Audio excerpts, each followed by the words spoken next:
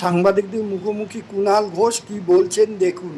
Commission যেটা বলেছেন এটা খানিকটা প্রশাসনিক বিষয়, ফলে এটা আমার মনে হয় রাজ্য সরকারের তরফ থেকেই তারা বিবেচনা করবেন এবং তারা এই বিষয়ে জানাবেন।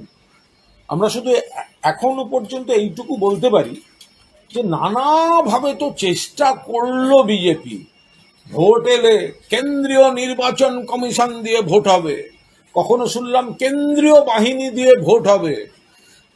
অ্যাকচুয়ালি ভোটারের উপরই ওনাদের আস্থা নেই, বাংলার মানুষ ওনাদের সঙ্গে নেই, আর বাংলার মানুষের উপরে ওনাদের আস্থা নেই।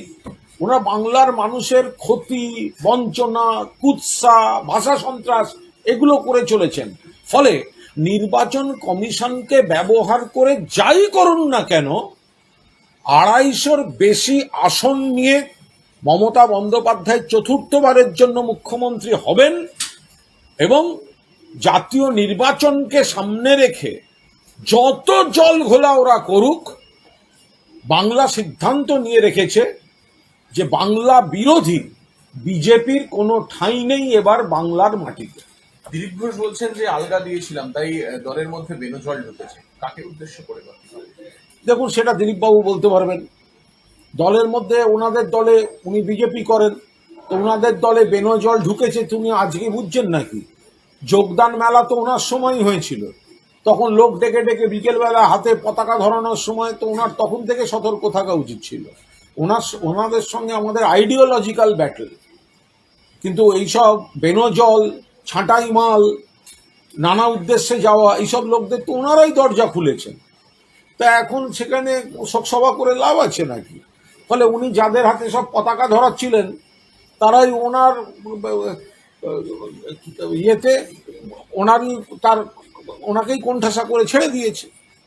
দেবকে দিলীপ ঘোষ দ্রুতভাবে আক্রমণ করেছেন। এখন মানে একটা হচ্ছে যে ভালো ছেলে হয়ে কি লাভ, তিনি শুধু বলে বেড়ান যে ভোট আসলেই ঘাটাল মাস্টার প্ল্যান করে দেবো, কিছুই হয় না, মেদিনীপুরের লোক এই চামচাগিরি দেবে না, এটা একটা।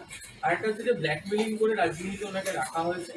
প্রত্যেকবার নাকি তাকে বলা হয় ভোটে দাঁড়াও, না হলে তোমার সিনেমা বন্ধ করে দেবো, প্রোডাকশন বন্ধ করে দেবো, তাই দেব বাধ্য হয়ে ভোটে দাঁড়ায়। বলছে নিষ্কর্মা ভালো ছিল।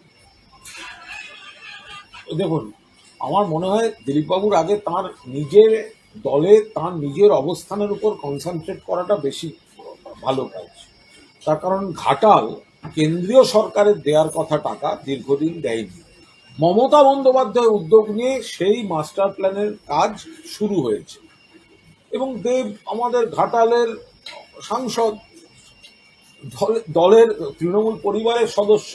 গতকালও ধর্মতলার শহীদ তর্পণে তিনি সেখানে উপস্থিত ছিলেন। ফলে এখন দিলীপবাবুকে আমি শুধু এইটুকুই বলবো যে আপনার দলে বহু লোক যারা পরে ঢুকেছে তারা সবাই মিলে আপনাকে কোণঠাসা করেছে। আপনি আগে আপনার দলের অবস্থা, দলের নিজের অবস্থা, আপনি ওইগুলো নিয়ে মাথা ঘামান। তো দেব, তৃণমূল, বাংলার রাজনীতি এগুলো অনেক বড় ব্যাপার। আপনি আগে আপনার দল, আপনার অবস্থান, আপনি কোন সিট, আপনার কি পদ, আপনি এগুলোয় কনসেন্ট্রেট করুন। আমাদের ভিডিও ভালো লাগলে লাইক ও শেয়ার করুন, কমেন্ট সেকশনে গিয়ে জানান আপনাদের মতামত। আরও ভিডিও পেতে চ্যানেলকে সাবস্ক্রাইব করুন। প্রতি মুহূর্তে খবরের আপডেট পেতে প্রেস করুন বেল আইকন।